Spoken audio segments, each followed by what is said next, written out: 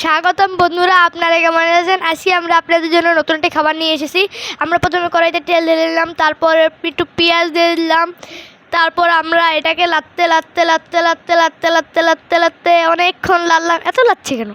এত তো হাত ধুতে হয়ে যাবে। তারপর আমরা মরিচ দিয়ে দিব। মরিচ দেওয়ার পর আবারও আমরা লাড়া শুরু করব। লাড়বো, অনেক লাড়বো, তারপরও লাড়তেই থাকবো, হাত ব্যথা হলেও লাড়বো। তারপর আমরা আদা দিয়ে দেব, তারপর লাড়তেই থাকবো।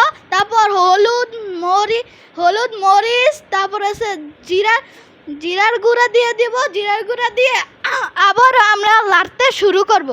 লাড়বো, অনেক লাড়বো, যতক্ষণ পর্যন্ত হাত না ব্যথা হয় ততক্ষণ পর্যন্ত লাড়বো।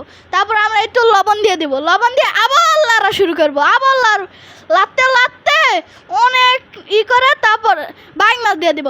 থুকু বাইং মাছ না, লইট্টা মাছ দিয়ে দিব।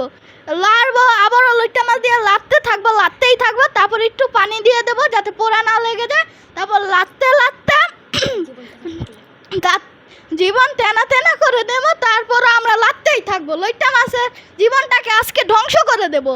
লাড়তে আমরা অনেক লাড়বো, যতক্ষণ পর্যন্ত মাছ দেখা না যায় ততক্ষণ পর্যন্ত লেড়ে তারপর একটু লেবু চিপড়িয়ে দিয়ে দেবো, গাছের লেবু, আমাদের লেবু। তারপর আবার লাড়বো। আমরা লাড়তে অনেক লাড়বো, আরও লাড়বো, যতক্ষণ পর্যন্ত হাত না ব্যথা হয়। তারপর আমরা একটু জিরার গুঁড়া দিয়ে দেবো।